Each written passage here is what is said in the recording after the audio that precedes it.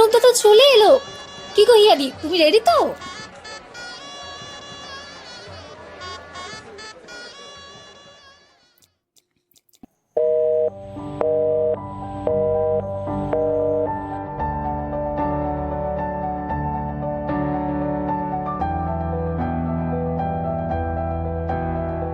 আজকে শুনতে চলেছেন পিয়ালির ডাকবাক্সের এবছরের শেষ গল্প, তনুশ্রী দাসের কলমে তোমাকেই ভালো লেগেছে।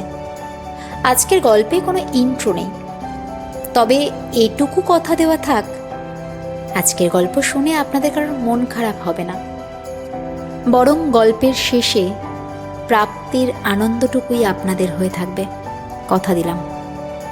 চলুন তবে শুনে নেওয়া যাক আজকের বিশেষ গল্প, তনুশ্রী দাসের কলমে তোমাকেই ভালো লেগেছে।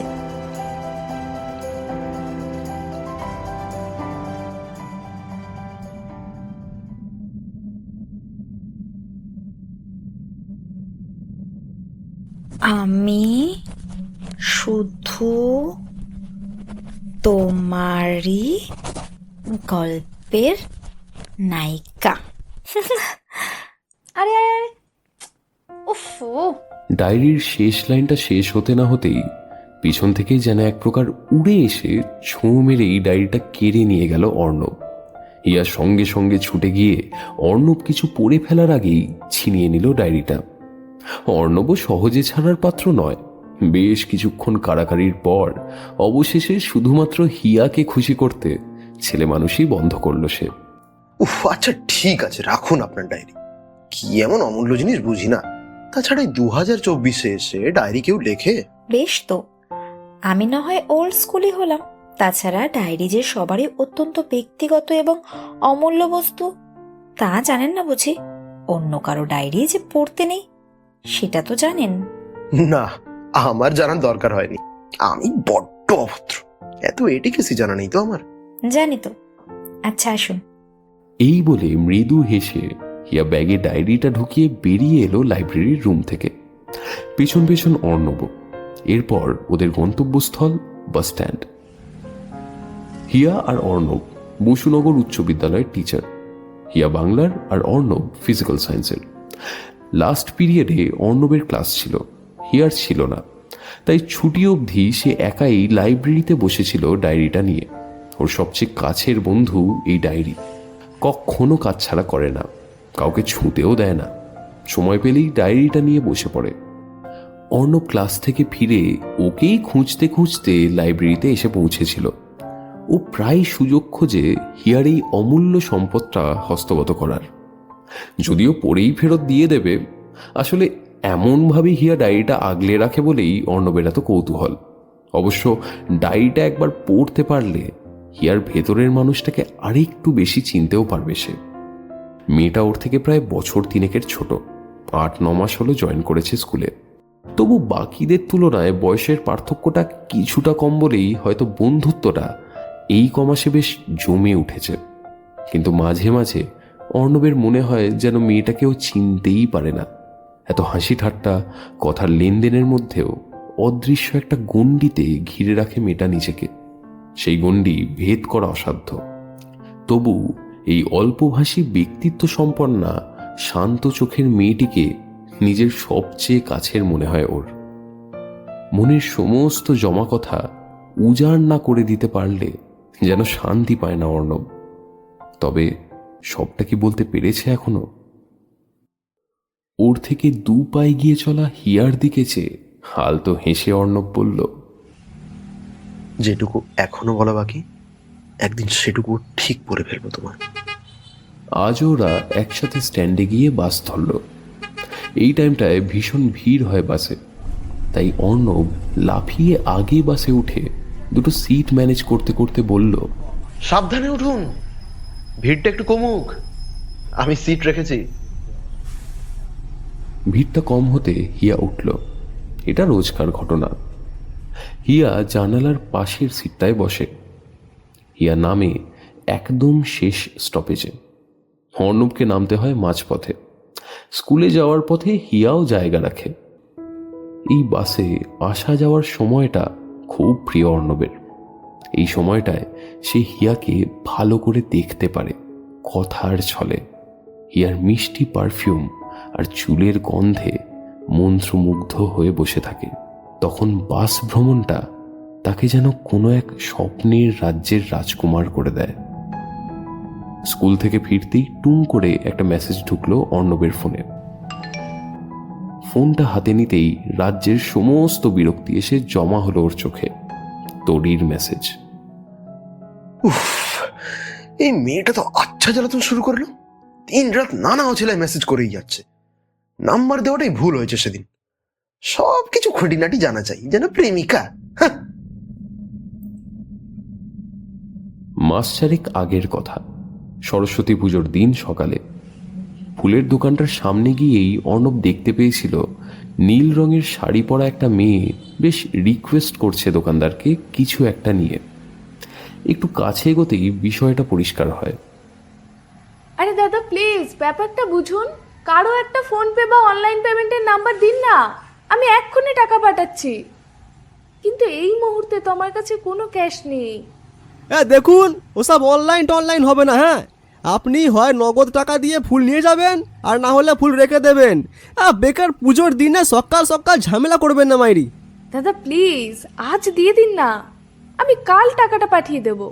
না না না না না না, আপনাকে চিনি না জানি না, ওসব ধার বাকিটা কি হবে না। আমায় দেখে আপনার মনে হয় আমি আপনার এই কত টাকা মেরে দেবো? নেহাত এই ফুলগুলো অন্য কোনো দোকানে পাবো না তাই। এই দেখুন, মেজাজ দেখাবেন না, এত কিছু শোনবার সময় নেই আমার। দিয়ে দিন না দাদা প্লিজ, আজকের দিনটাই। অনেকক্ষণ চুপচাপ সবটা দেখার পর অর্ণব দোকানদারকে বলে উঠল, এই যে দাদা, কত টাকা পাবেন আপনি ওনার থেকে? 72 টাকা। আচ্ছা, এই নিন, ওনাকে যেতে দিন। আর আমায় এই ফুলগুলো দিন। Thank you so much. কি বলেছে আপনাকে ধন্যবাদ দেব? It's okay. বলেই নিজের ফুলগুলো নিয়ে অর্ণব বেরিয়ে গেল দোকান থেকে। তোরই কোনো রকমে স্কুটিটা স্ট্যান্ড করে পেছন পেছন ছুটতে ছুটতে আসছিল। এক্সকিউজ মি, কোথায় চলে যাচ্ছেন? আরে আপনার ফোন পে বা গুগল পে নাম্বারটা তো দিয়ে যান। লাগবে না, খুব বেশি তো নয়। না না, আপনি দিন না। আসলে আমি বান্ধবীর বাড়ি এসেছিলাম, হঠাৎ ফুলগুলো চোখে পড়লো। এমন সুন্দর ফুল তো আমাদের ওদিকে দেখিনি কখনো। পার্সটাও আনিনি, ভাবলাম অনলাইন পে করে দেবো। ও বাই দ্য ওয়ে, আমি তরি, আপনি? এখনো এদিকে আসলে সব দোকানে না অনলাইন শুরু হয়নি। বাই দ্য ওয়ে, আমি অর্ণব। ফোন নম্বরটা নেবেন বলছিলেন, নিন। আর তারপর এক মুহূর্ত দাঁড়ায়নি অর্ণব। মেয়েটা যা বকে, ব্যাস ওই শুরু। তোরই ওই দিন সন্ধ্যায় টাকা তো পাঠিয়ে দিয়েছিল, কিন্তু তারপর রাস্তাঘাটে দেখা হলেই কথা বলতে ছুটে আসতো, আর সাথে এই 4 বেলা গাদা গাদা মেসেজ। এসব ভাবতে ভাবতেই হঠাৎ খাটের উপর ভাঁজ করে রাখা হলুদ পাঞ্জাবিটা দেখতে পেল অর্ণব। মা রেখে গেছে, আলমারিতে তুলে রাখতে হবে। পাঞ্জাবিটা হাতে নিতেই মনে পড়ে গেল সরস্বতী পুজোর দিনের আর একটা ঘটনা। হিয়াকে ওর শুরুর দিন থেকেই বেশ ভালো লাগতো, কিন্তু ওই দিন সাদা রঙের শাড়িটা পরে খোলা চুলে হিয়াকে স্কুলের গেট দিয়ে ঢুকতে দেখে অর্ণবের চশমা পরা চোখটা আরো গোল গোল হয়ে গিয়েছিল। নিঃশ্বাস নিতে গিয়েও যেন বুকের কাছটা ভারী হয়ে আসছিল, আর একটু হলেই মনে হচ্ছিল অজ্ঞান হয়ে পড়বে। তারপর স্কুলে অঞ্জলি দেওয়ার পর দুজনেই একসাথে বসে প্রসাদ খাচ্ছিল। হঠাৎ কি জানি হিয়ার কি মনে হলো, বলে বসলো, আচ্ছা অর্ণবদা, তুমি কাউকে কোনোদিনও ভালোবেসেছো? অর্ণব আপনি তুমি মিশিয়ে বললেও হিয়া ওকে আপনি করেই বলে সব সময়, কিন্তু হঠাৎ করে তুমি দিয়ে সম্বোধন আর তারপর এমন প্রশ্নে হকচকিয়ে গিয়েছিল অর্ণব। ঘাবড়ে প্রথমে না বলে দিয়েছিল, কিন্তু তারপরে হিয়া যখন ওর দিকে তাকালো তখন ওর চোখে চোখ রেখে অর্ণব বলেছিল, হ্যাঁ, বাসি। তখন হিয়াও হেসে চোখ নামিয়ে নেয়। সেদিনই সন্ধ্যায় অর্ণব দেখেছে হিয়ার ফেসবুকে রিলেশনশিপ স্টেটাস সিঙ্গেল থেকে ইটস কমপ্লিকেটেড হতে। আর তবে থেকেই অর্ণবের সুপ্ত ইচ্ছেটা একটু একটু করে বেড়ে উঠেছে ওর মধ্যেই। তাই ও ঠিক করেছে আর কয়েকটা দিন দেখবে, তারপরেই হিয়াকে নিজের মনের কথা জানিয়ে দেবে। শুধু হিয়ার দিক থেকে আর একটু শিওর হতে চায় সে। তবে এটুকু জানে যে হিয়া ওকে অপছন্দ করে না। ছোট বড় প্রায় সব কথাই জানে অর্ণব ওর ব্যাপারে, আর নিজের ব্যাপারে তো কিছুই বাদ রাখে না, A to Z সব বলা চাই। হঠাৎ ফোনটা চিন্তায় বাদ সাধল। WhatsApp message. আগ্রহে ফোনটা হাতে তুলে নিল অর্ণব। প্রায় প্রতিদিনই এই সময়টায় হিয়ার নিজের লেখা একটা সুন্দর ইভিনিং মেসেজ আসে, কিন্তু ফোনটা হাতে নিয়েই তিতি বিরক্ত হয়ে উঠল সে। তরির মেসেজ আবারও।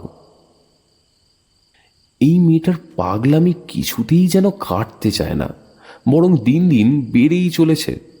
অর্ণব কখনো সিন করে, কখনো করে না, রিপ্লাইও দেয় না।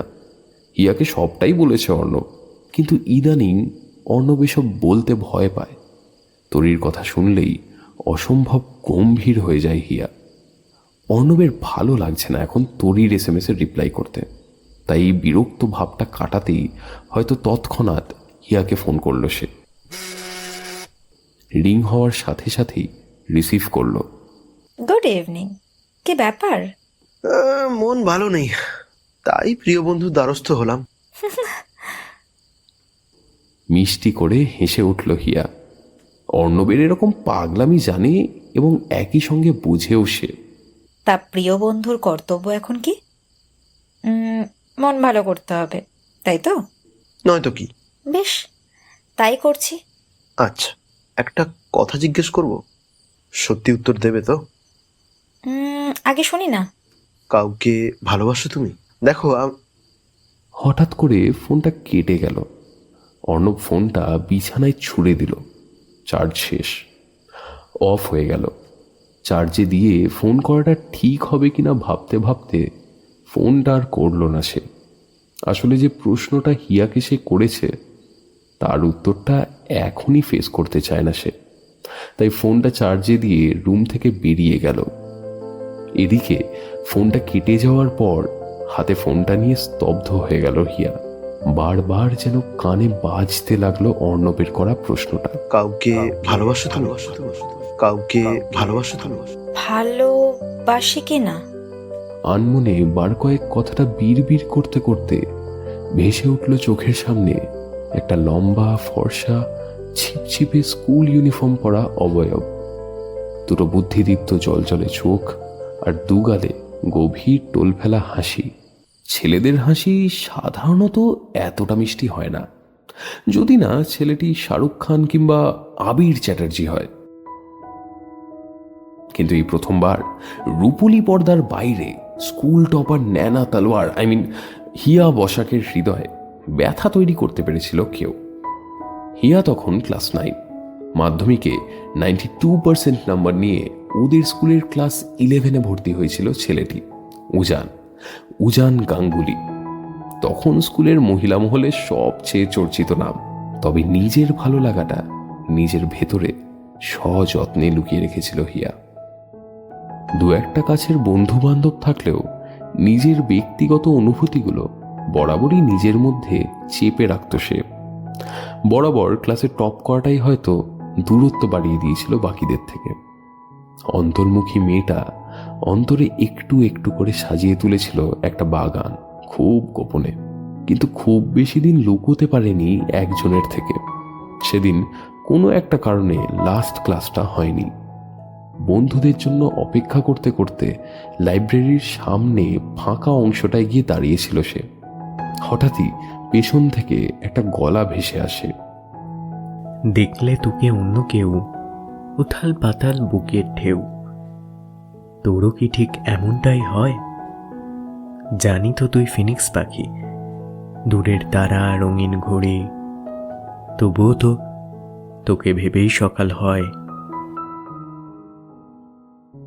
চট করে একবার পিছনে ফিরে তাকাতেই একসঙ্গে ভালো লাগা, লজ্জা, ভয় যেন একসাথে স্তব্ধ করে দিল হিয়াকে।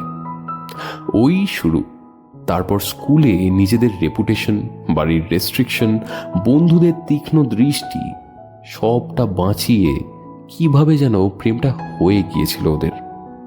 যেমন তেমন প্রেম নয়, ওরা ভালোবেসেছিল একে অপরকে ভালোবাসার মতো করেই।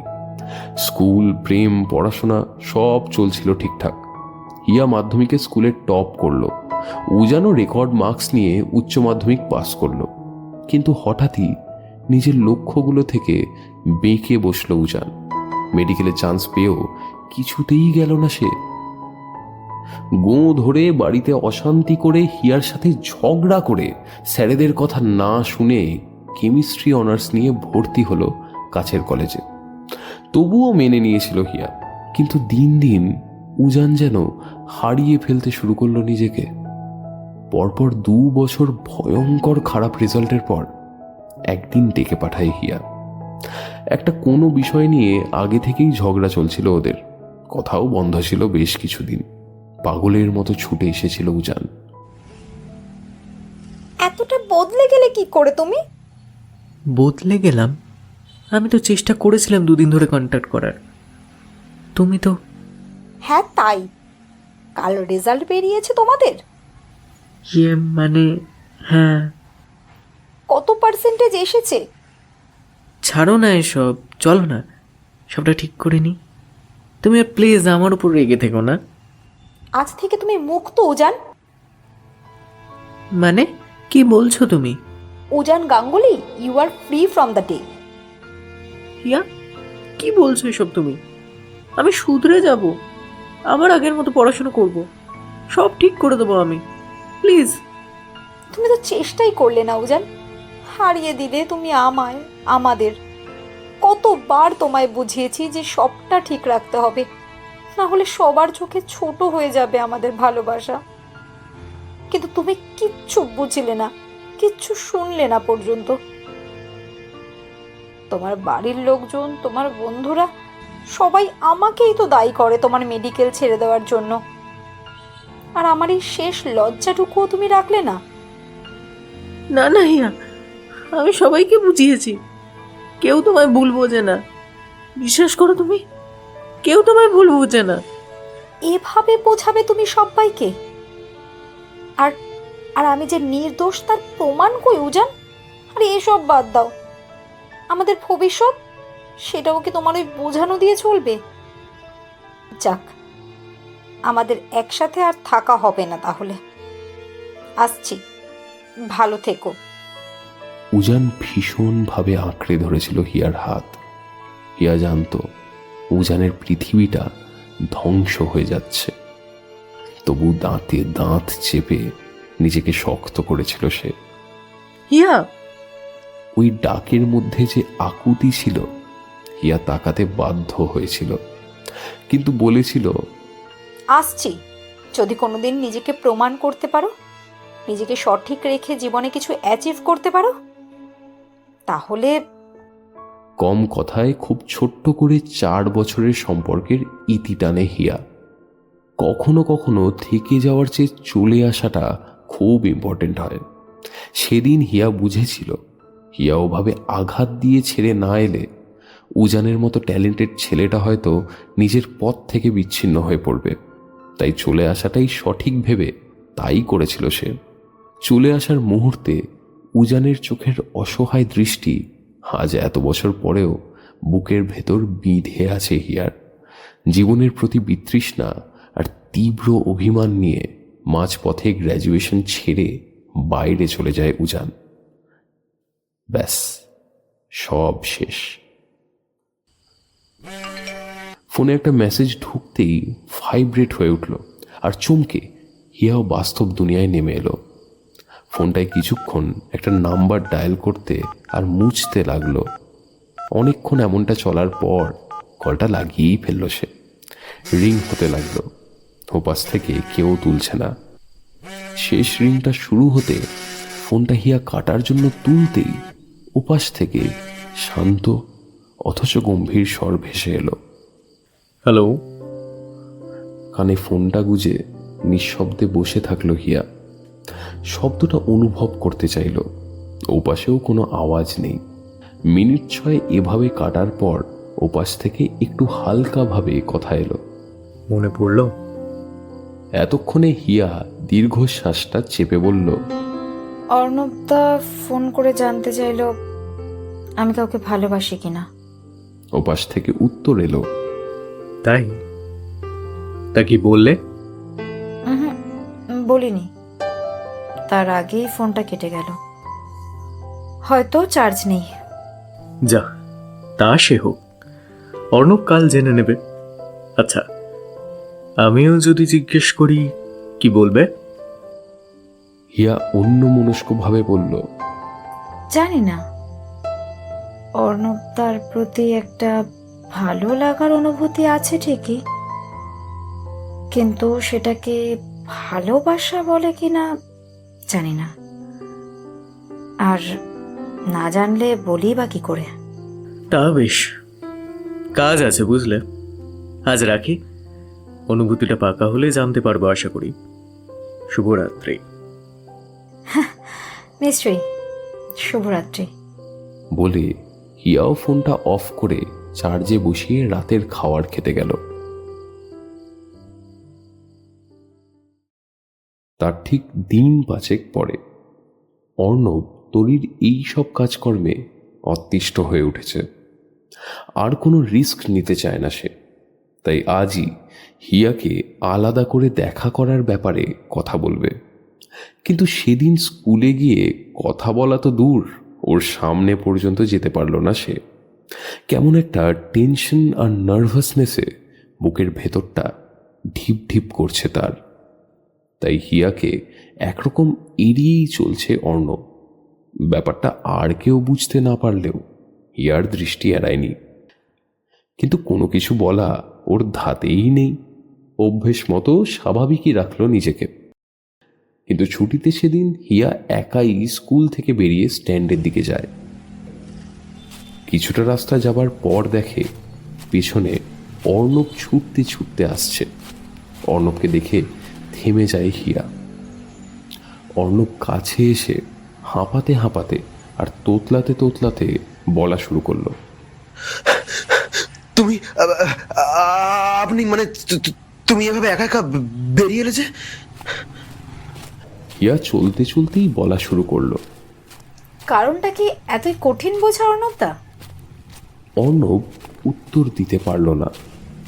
সারা রাস্তা দুজনে চুপচাপ থাকলো, বাসেও তাই।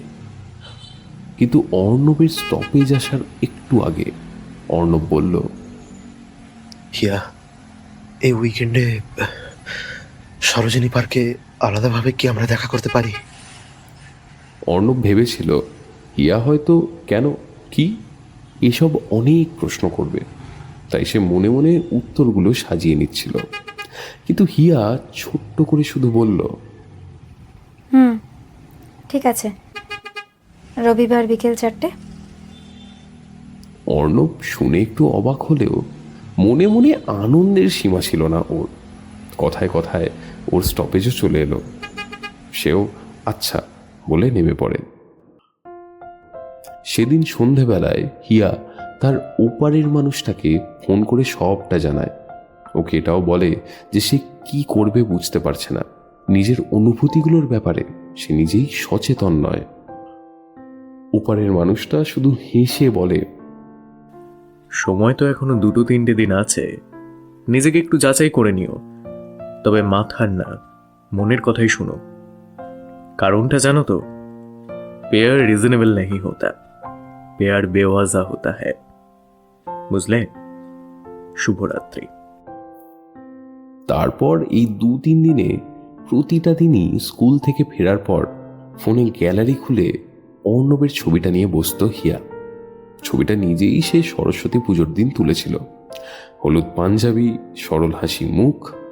ওর ছবিটা দেখে এমনি হাসি চলে আসে হিয়ার মুখে। আজ সেই চরম সিদ্ধান্তের দিন। পার্কে মুখোমুখি হিয়া অর্ণব। পড়ন্ত রোদের আলো দুজনের মুখে পড়ে দীপ্ত করেছে ওদের মুখ। অর্ণব বলল, হিয়া, আমি আসলে তোমাকে আজ একটা কথা বলতেই ডেকেছি। অর্ণবদা, আমি চাই আপনি যা বলতে চান সেটাই ডায়েরিটা পড়ে তারপর বলুন। এই নিন। অর্ণবের চোখ খুশিতে ঝলমল করছে। হিয়া অর্ণবের প্রথম ইচ্ছেটা পূরণ করেছে, নিজের ডায়েরিটা পড়তে দিয়েছে ওকে। অর্ণব পড়া শুরু করলো ধীরে ধীরে। পড়তে পড়তে অর্ণবের মুখে সন্ধ্যের অন্ধকার ঘনাতে শুরু করলো। প্রায় গোটা ডায়েরিটা জুড়ে শুধু হিয়া আর উজান, আর নয়তো শুধুই উজানের কথা। কয়েকটা কবিতাও আছে হিয়ার নিজেরই লেখা। অর্ণবের কথা দুটো জায়গা ছাড়া আর প্রায় কোথাও নেই। একটা জায়গায় অর্ণবকে খুব কাছের মানুষ, মানে বেস্ট ফ্রেন্ড হিসেবে উল্লেখ করা আছে, আর শেষের আগের পাতায় অর্ণব আর উজানের নাম অনেকবার লেখা আর কাটা হয়েছে। কিন্তু কে এই উজান? কই, কখনো তো ওর কথা বলেনি হিয়া। এরপর হঠাৎ অর্ণবের কি একটা মনে পড়ায় তাড়াতাড়ি পাতা উল্টে সরস্বতী পুজোর ডেট দেখে সেদিনের লেখাটা পড়ল অর্ণব। 8 বছরের দীর্ঘ প্রতীক্ষার অবসান হবে। Welcome back to India. তারপর একদম শেষ পাতাটা উল্টে দেখল খোয়া যাওয়ার ভয় কোনোদিনই ছিল না, না তোমার না আমার, আর আজও নেই। আজ শুধু হাতটা আরো শক্ত করে ধরলাম। বুঝিবা এবার বন্ধনটা একটু অটুট হলো। তোমাকেই ভালোবাসি আর বাসবো। আজ বলতে পেরে অনেকটা হালকা হলাম। অর্ণবের চোখের দৃষ্টি ঝাপসা হয়ে এলো। তার মনে এখন অনেক প্রশ্ন। অর্ণব হেসে এবার ফেরত দিল ডায়েরিটা, কিন্তু কিছু বলতে পারল না। ও বুঝতে পেরেছে এতদিন ও যা যা দেখে নিজের মতো স্বপ্ন বুনেছে সবটাই কাকতালীয়, কোইন্সিডেন্ট, তাছাড়া আর কিছুই নয়। হিয়াকে কোনোদিন কিছু জিজ্ঞাসাও করেনি এসব নিয়ে। আর হিয়ার মতো চাপা মানুষেরা কখনোই নিজের ব্যাপারে কোনো কথাই না জিজ্ঞাসা করলে বলে না। অর্ণব জানে হিয়াকে জিজ্ঞেস করলে ও কখনোই লুকোতো না। হিয়া ডায়েরিটা ব্যাগে রেখে বলতে শুরু করলো। প্রথমে ক্ষমা চেয়ে নিচ্ছি তোমার কাছে অর্ণবদা। তোমার ফিলিংসগুলো আমি অনেক দিন থেকেই বুঝেছি, কিন্তু বুঝেও কিচ্ছু বলিনি তোমাকে। হয়তোবা তোমার প্রতি সামান্য ভালো লাগা আমারও ছিল। প্রথমে এটাকে ভালোবাসা ভেবেছিলাম জানো, কিন্তু কাল রাতে বুঝতে পারলাম এটা জাস্ট একটা ইনফ্যাচুয়েশন।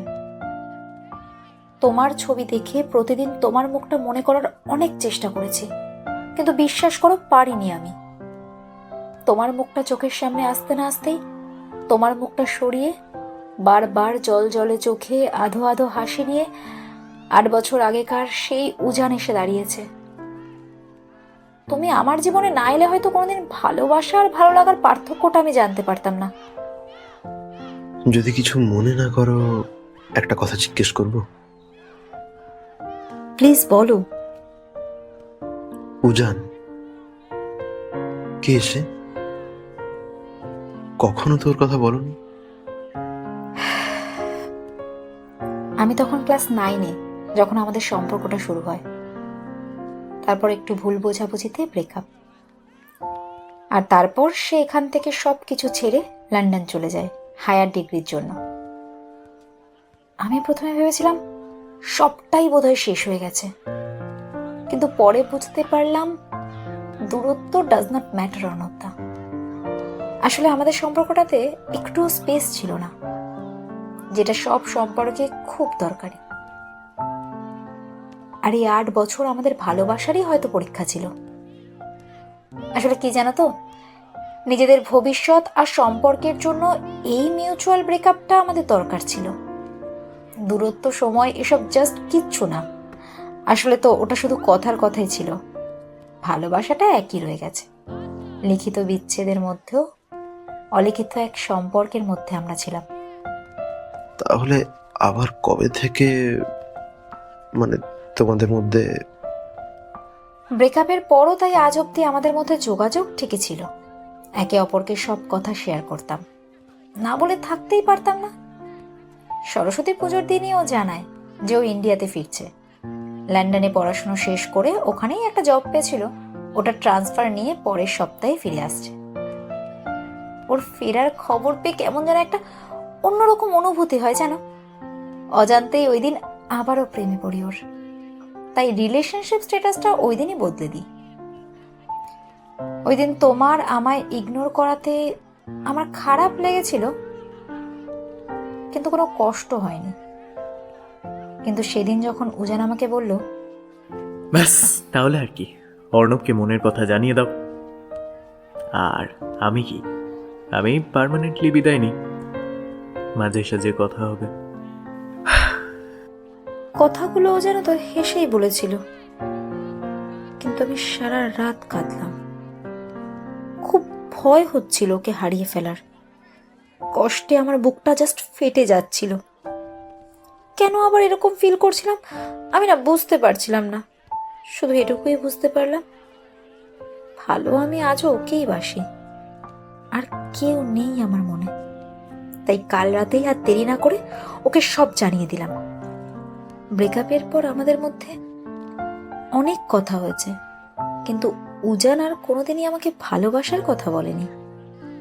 কিন্তু কাল যখন আমি ওকে সবটা বললাম, ও শুনে কিছুক্ষণ চুপ করে থাকলো, আর তারপর বলল, বিশ্বাস ছিল, জানতাম আমার ভালোবাসা আমারই থাকবে, হাত ছাড়িনি কোনোদিন। ফিরে পাকাপাকি ভাবেই ধরবো, আর পালাতে দেব না। বুঝলাম। আর আমি আমি কি শুধুই তোমার ভালো বন্ধু? হয়তো না অর্ণবদা, তোমার প্রতি আমার ভালো লাগা তো ছিলই, কিন্তু সেটা দিয়ে তো সোকল রিলেশনশিপে থাকা যায় না। সারা জীবন হাতে হাত রেখে পাশাপাশি চলাও যায় না। হিয়ার কথা শেষ হলে অর্ণব দীর্ঘশ্বাস ফেলে উঠে দাঁড়িয়ে বলল, চলো, সন্ধে হলো, আজ পৌঁছে দিই তোমাকে। আর কিছু মনে না করলে একটা কথা জিজ্ঞেস করি? হিয়া ওর মুখের দিকে তাকিয়ে বলল। হ্যাঁ বলো। অর্ণব একটু থেমে বলল, তরির কথা বললে তবে এরকম রিয়াকশন কেন হতো তোমার? হিয়া কিছুক্ষণ তাকিয়ে থাকলো অর্ণবের দিকে, তারপর বলল, তুমি আমার কাছের মানুষ, আর তোরই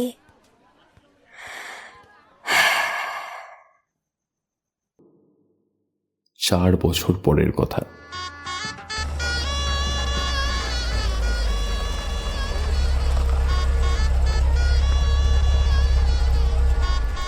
এই বড় এসেছে, বড় এসেছে। এই অর্ণবদা তো চলে এলো। কি গো হিয়াদি, তুমি রেডি তো?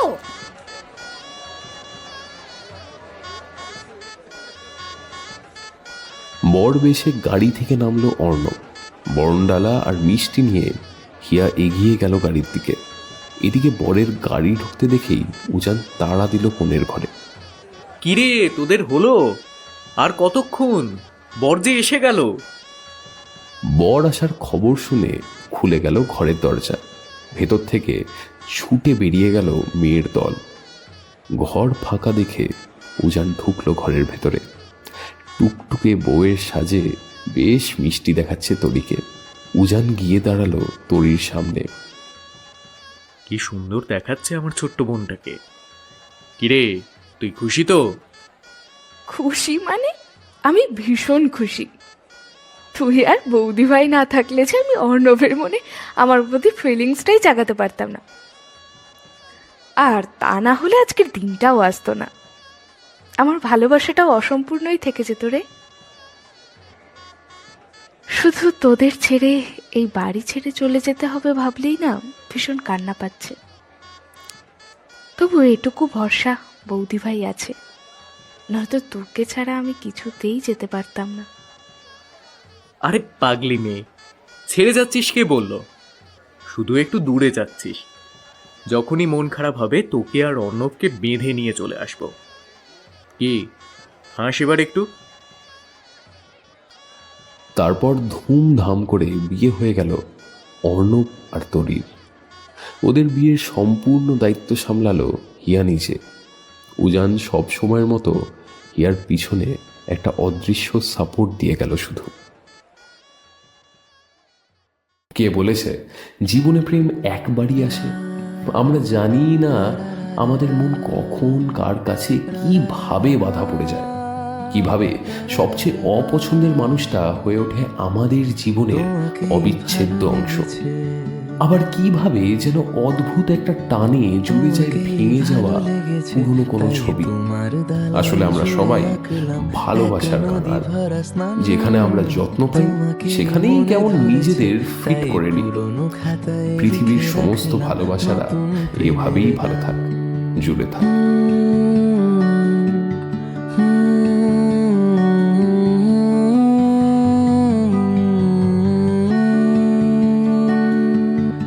আমার আধার দিনলিপি জুড়ে জেলে দাও তুমি আলো, আরো ভালো আরো ভালোবেসে তুমি উঠোন সাজিয়ে দাও। তোমার আদর আলগোছ করে মায়া ভরা চোখে ঢালো, আরো আলো আরো আলো রঙে তুমি এ মাটি রাঙিয়ে দাও। যেন আমার ভাগায় জানালার ফাঁকে তোমার আঙুল ছোঁয়া লেগে থাকে। বাড়ি ফিরে এসে তোমারই আঁচলে ক্লান্তির অবসান। তোমাকেই ভালো লেগেছে তাই তোমার দালান জুড়ে আঁকলাম এক নদী ভরা স্থান। তোমাকেই মনে ধরেছে তাই পুরনো খাতায় লিখে রাখলাম নতুন প্রেমের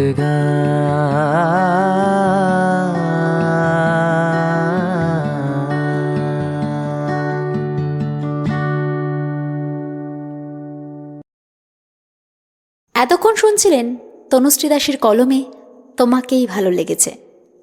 গল্পটি ভালো লাগলে লাইক, শেয়ার আর কমেন্ট করে নিজেদের মতামত জানাতে ভুলবেন না কিন্তু। দেখা হচ্ছে আবার নতুন বছরে নতুন কিছু নিয়ে। ততক্ষণ ভালো থাকবেন, সুস্থ থাকবেন। শুভরাত্রি।